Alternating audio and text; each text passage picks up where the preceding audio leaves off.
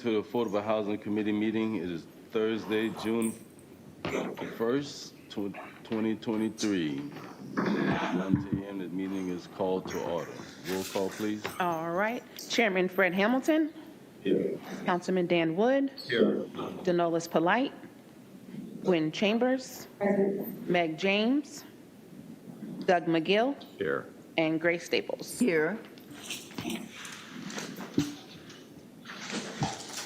Okay, the adoption of today's agenda. Can I get a motion to accept? So moved. All in favor? Aye.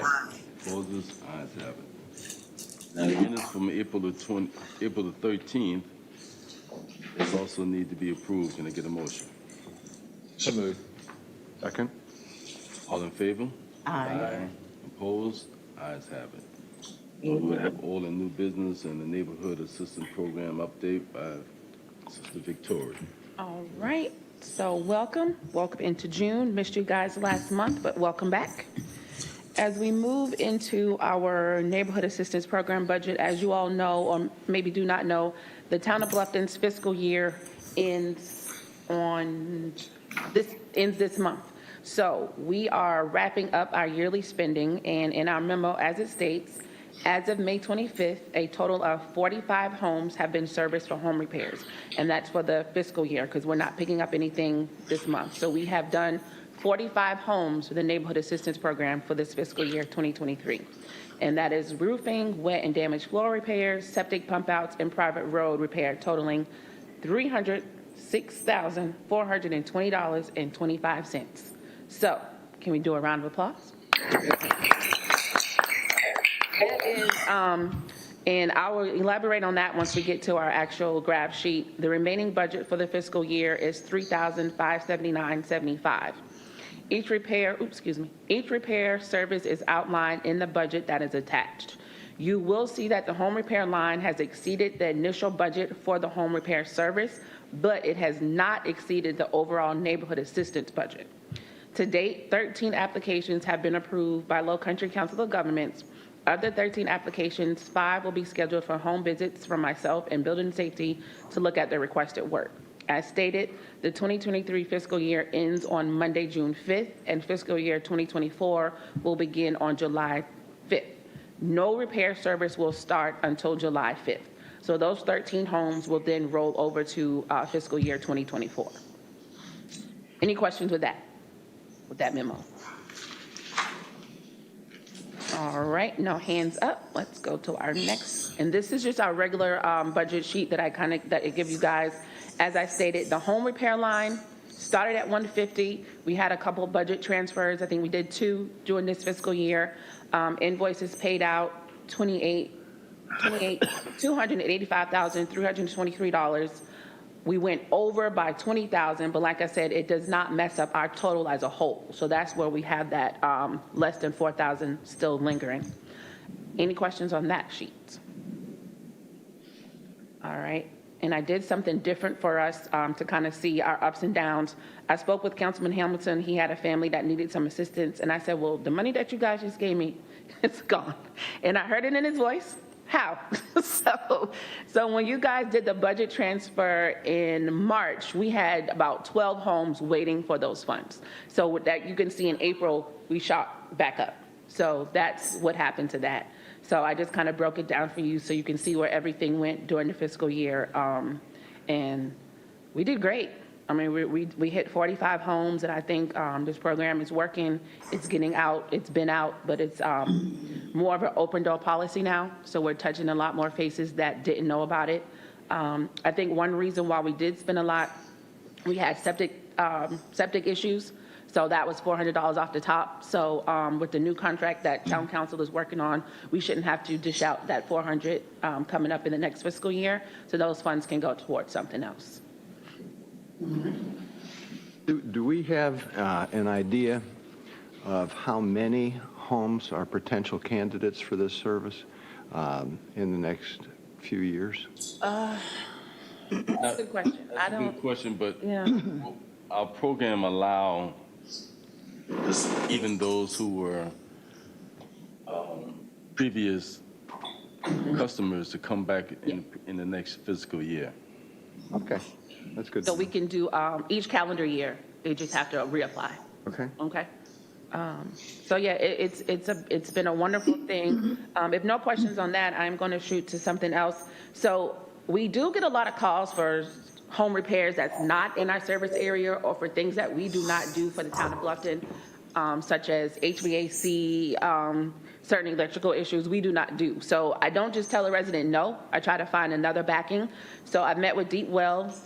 I've met with Low Country Council of Government. I've met with Beaufort Jasper EOC, as well as Bluffton Self-Help. And these groups, they do home repairs as well. If they don't do home repairs, the homeowner can go out, get an estimate. They can apply for assistance through these different agencies. So for us, if we don't know or we can't touch it, I let the resident know, I'll help you, send you a different direction. So we've been getting a lot of calls. We had a call from Baywood. I didn't even know Baywood wasn't in the town of Bluffton, so I couldn't touch it, but I did send them to someone else, and Baywood is right off of Simmonsville. So it's different calls that come in like that. We get calls from Jasper County, we get calls from Hardyville, the Pritchardville area, but that's not us. So just so they won't say, drop the ball, we can't help you, do some research to send them someplace else. So these agencies have been a big help for us to get work done for those. I put the fire department on there because I met with Terry Sheriff and Stephen Combs, and I am going to start working with them for smoke detectors. When Richard and myself go out, Richard is one of the building inspectors. When we go out, his first thing is to see if the home has a working smoke detector. He hears for the beeping or see if it's an out-of-date smoke detector. So the town of Bluffton worked with the fire department before with Red Cross, which was about 10 years ago, and did a smoke detector blitz. So we're working to do that again because that'll keep us from paying contractors to do smoke detectors, and that'll save us some funds. So the Bluffton Fire Department and the town of Bluffton is working with the Red Cross to do kind of a walkthrough, knock on doors, let us see if you need a smoke detector. Now, before we get that going, when Red Cross hasn't reached back out to us, but before we get that going, when I do the home visits, I send a name and address to the Bluffton Fire Department so they can reach out and say, hey, I got your name for town of Bluffton. Can we come in and make sure your smoke detector is up to date? So I'm just trying to think outside the box, other ways to help families and keep them safe and get things done for them. So on that vein, smoke detectors primarily come out, I believe this is correct, because I put some in my house a year or two ago, with lithium batteries that are supposed to be good for about 10 years. So I would say if we're going to go to the effort to get the fire department to come out to check smoke detectors, that they be changed out where the people aren't annually having to put in a regular battery to like a lithium battery. Right. And I put in your packet, I spoke with Heather, and there is a few flyers that the Bluffton Fire Department has given me. So when I pass out our application, I'm not attaching it to our application, but I am giving them some flyers on smoke detector safety as well. So there was one with lithium batteries. It was a 2-page, so I didn't include it in there. But there is some precautions about lithium batteries and things like that. So we are just trying to, like you said, keep them safe and change out from old school to new school so they don't have to switch out so often. So I'll be giving the residents information about smoke detectors and fire plans and just making sure they have an idea, God forbid if something does happen, this is what we need to do. So when you work with the fire department in the town of Bluffton, there's and I know there's a program, but does that program say they can offer if they don't have a smoke detector or only if they have to replace it? So is it they can, if it needs to be replaced, the fire department will replace it. If it needs to be changed out, they'll do all that. So there's a form from Red Cross. When Red Cross comes out, there's a certain statistics that Red Cross has to keep a form of. So they will fill that out. The homeowner will fill that out. Fire department will either give them a new one, say if it's an old mobile home. Fire department can't do it right on spot, but they'll order what they need and go back and replace it for them. Did that answer? Yes. Okay. So yes, we're not just going in, take this down because it looks old, but they're just going to make sure that the wiring and everything is good before they just put something up and just leave it for the homeowner. Well, in a mobile home, they're not going to have wiring per se, are they? I mean, Some of them do. Really? It just depends on the age. Okay. Yeah, some of them I do. think most of them would just be standalone Right. Yeah, some of them, I live in one and I have a newer one, so yes, it's red, green, different color flyers. Okay. Yeah. The other question, they look for five distinguishers. They do not. They do not. But I will see what qualifies a home for one, and we will go from there. All right. Any other suggestions or comments? I just want to say congratulations to you. You are doing an outstanding job. This is above and beyond, just thinking out of the box and just looking at the numbers altogether, number of homes that we've assisted, and I know you've just been at the forefront of all of that, so Thank we you. want to give you a Teamwork. round of applause. Thank you. Thank you. Thank you. Great job. No problem. So there is another form that I gave you guys. I went to a conference in March, and I apologize, I haven't reported on that yet. But something that caught my attention at that conference, we don't see homelessness on the forefront here in the town of Bluffton. I know there's some, but we don't, see it eye to eye. But I did give you guys just a flyer to kind of look at and read over and what brings on homelessness. We know that rates of rentals and everything is just going outrageously high. And some of it can deal with health issues and different things, mind issues, mental illness, and all that kind of good stuff. So I just put that in there. You guys get bored or need some reading this afternoon, just kind of read over and just highlight some stuff. And if you guys have any questions or need more information on that, just reach out to me because I have a whole packet of information that I downloaded about that. Also wanted to give you guys some information. Madison at New Riverside, the apartments that are on 170 across from the Publix going towards Savannah, they are doing workforce housing. They have 5 for us, well, 10 for us, 5 at 80% and 60%. So I reached out to them just to see if anyone has been applying, and they have 7 that have already been approved. So for the workforce housing, so they have 5 that applied at the 80% AMI and 2 that applied at the 60% AMI. And they have all been approved and they'll move in July. So just something as small as that with the workforce housing, with the different incentives for the different apartments is making a difference. I spoke to the apartment manager and she said, yeah, they're coming in, everyone's applying, and it seems like it's working. So out of the 10, 7 have already been approved. So I think that was a big plus. I also reached out to Crown at 170, but they didn't reach back out to me yet. So when I get that information, I can update you all to tell you how many workforce housing apartments are vacant in there as well. Okay? Where is Madison? Madison is the one going towards May River High School, right on that circle across from Publix. Is that new set of not townhomes, but apartments right at this circle. Okay? So yeah, I thought that was a plus, and I thought that was a good thing that, people can jump on that, the workforce housing sets of that. Victoria, do those have sunset clauses too? Yes. Yes. Yes. So they have I think it's a 30-year. Yes, the 30-year clause with the workforce pricing. Would you repeat that? I didn't understand the question and the answer. They have a covenant for 30 years that have to remain in that price point. Okay. Okay. And some other information.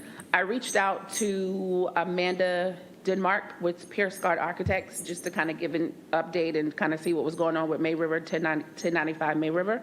So she was able to send me the diagram of the buildings. So we have the first building, which is our second floor plan here, and I have it.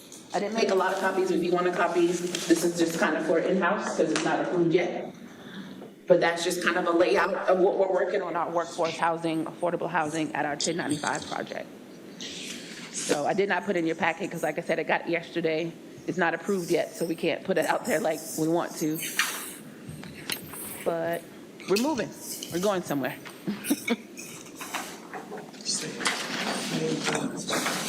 So what you have is building 1, second and first floor, back elevation, front elevation, and then buildings 2 and 3, which they're pretty much all the same layout.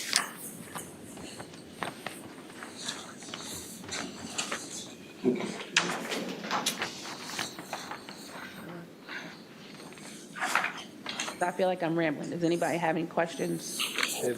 Do we, universal question, when? Win. No, she didn't give me a win. I didn't even ask her because I figured if she had a win, she would have given me a date, but she did not give me a win yet. She did not give me a win yet.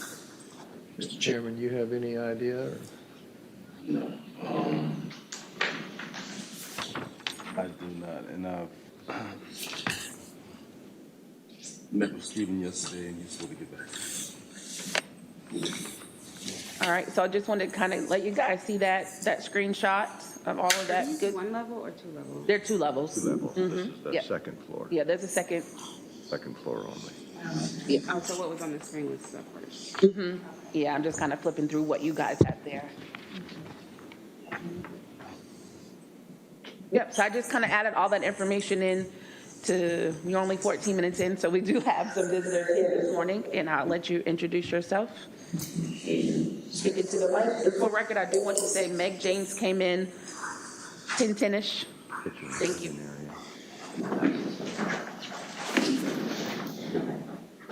Thank you for allowing me to sit here. My name is Benny Mullins. I've lived here for over 20 years.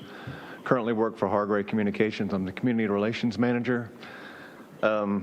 And my children know Bluffton is home. They're natives, and my heart is just to be able to hopefully serve in some capacity, and that's the reason I'm here. I've put in an application, and again, my daughter graduated from Bluffton High School, and young professionals have a challenge of finding affordable housing, as well as the educators, things of that nature, and so that's the reason I'm here. I just wanted to find out what was going on.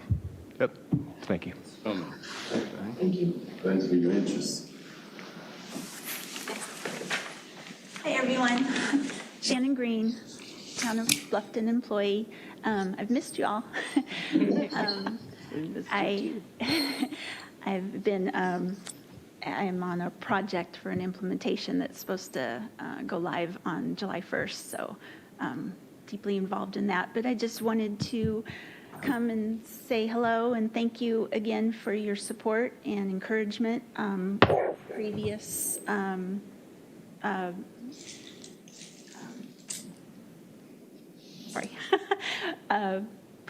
when I've come here before, so and shared with you my struggle for finding affordable housing. A lot has changed in the last couple of months. I'm safely, securely, comfortably in my existing rental that I was in for a year prior to April, and am working with one of your committee members on hopefully finding a home to buy, which is life-changing and exhilarating and scary and everything. But I just wanted to thank you all for your presence, for your purpose, and it's important, and I appreciate it. So, and I also scored something of a win. The Blue Stone, who did not treat my application very well, and I did not get a rental with them. I was able to convince them to return my application fee, which was $250. And it took them about almost 2 months, but I did get it. So I felt like that was a little bit of a win. And I used the support and the wording and the knowledge that I've gained from coming to these meetings to convince them to return the money to me. So that's about it. Well, you know we enjoy when you show up, right? Excuse me, sir? We appreciate when you show up. Oh, you're so kind. Thank you. We're sincere about that because you are the reason why your story and your plight is why we serve. And that's what I want to represent, is everyone that's like me, that's, that wants to live in the town of Bluffton, work in the town of Bluffton, and be successful at that. So I appreciate it. Where's your rental? My rental is still in Hardyville. I'm on Argent Boulevard. I was able to negotiate with encouragement from Ms. Staples, a 5% increase as opposed to a 10% increase. And they also gave me less than a 1-year lease so that if and when I'm able to buy a home. I have less of a term that I might have to back out of. So that was very, very helpful. Are you in a 2 or 3 bedroom? I'm in a one-bedroom. One bedroom? One bedroom. And I'm going to ask, you don't have to answer this, what's your rent? They raised it from, it was, well, they have a lot of add-ons. So I'll give you the grand total. It was about $15.25, and now I'm at about $16.27 for a one-bedroom. But that's well below the Bluestone, which I was originally trying to attain, which was quoted on January 2nd of $1,500. As of today, that same apartment now is $2,205. So in less than 6 months, it's gone up $705. So I feel lucky that I was able to keep the roof over my head and be comfortable. What is the square footage of your apartment? I think it's about 750, maybe 770. It's decent. It's not tiny. And it has a screened-in balcony, which I love. If I didn't have that, it would be, just a place. But with the screened-in balcony, it's comfortable. Yeah. And that's all I've got. Glad to see you all. Thank you. Keep us up to date. I will. Well, that is all I have. I did want to bring your attention, I didn't print it out, but I was doing some research and looking on the computer yesterday, Affordable Housing Trends Report for Spring 2023, and this could be found at arbor.com, ARBOR.com. Housing Trends Report for Spring 2023. And I just kind of went through and highlighted some different things, but I think you guys will probably look at it much different than I do. But I'll send it to you in an email link as well. But it has a lot of interesting facts in here. As you can see, I highlighted it just to kind of keep myself up to date what was going on. So again, some boring reading if you want to read it. So it's interesting, and I think it'll help us here in the town of Bluffton as well. And that is all I have for today. Anything else from any committee members? We'll start to the left. No, sir. Thank you. Wood? No, sir. Doug? Thank you for asking, sir. No, not today. Well, I'm not going to be any different.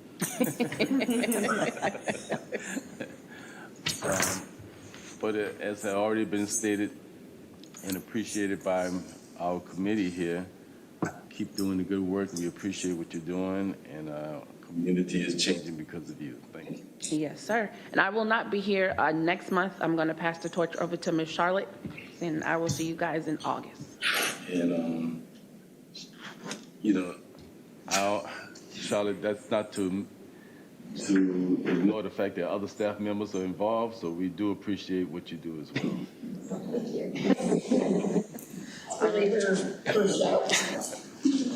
All right. And that be it. Our meeting is now adjourned. Have a wonderful day. All right. Thank you, guys. Enjoy the day.